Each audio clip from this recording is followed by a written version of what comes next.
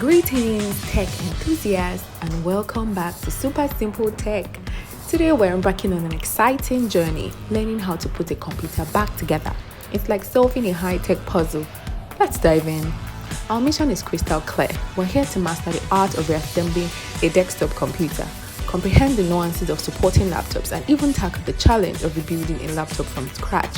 So you've successfully disassembled your computer. If you haven't seen that video, please go back and watch it, how to dissect your computer like a pro. Now let's reassemble it like a pro. Follow these steps and you'll be on your way to fully functional system. First, refer to any diagrams you've created during the disassembly. Think of it as your tech treasure map. It'll guide you back to the right path. When it comes to installing components, remember this sequence: power supply, drives, motherboard, and cards. And here's a pro tip: connecting cables to drive before sliding them into their bay can make your life easier. Now it's time to place that motherboard back where it belongs. Ensure that the ports and screw holes are perfectly aligned. Precision is key. Connect the power cords from the power supply to the motherboard. You will always need the main P1 power connector and possibly the 4-pin auxiliary connector for the processor. Don't worry if your power supply doesn't have the right connector. There are adapters to save the day. The wiring wizardry continues. Connect wire LED from the front panel of the case to the motherboard's front panel header. Remember, follow the triangles and labels. If you're unsure, consult the user guide. Connect wires to those nifty ports on the front panel of the case USB audio. You name it.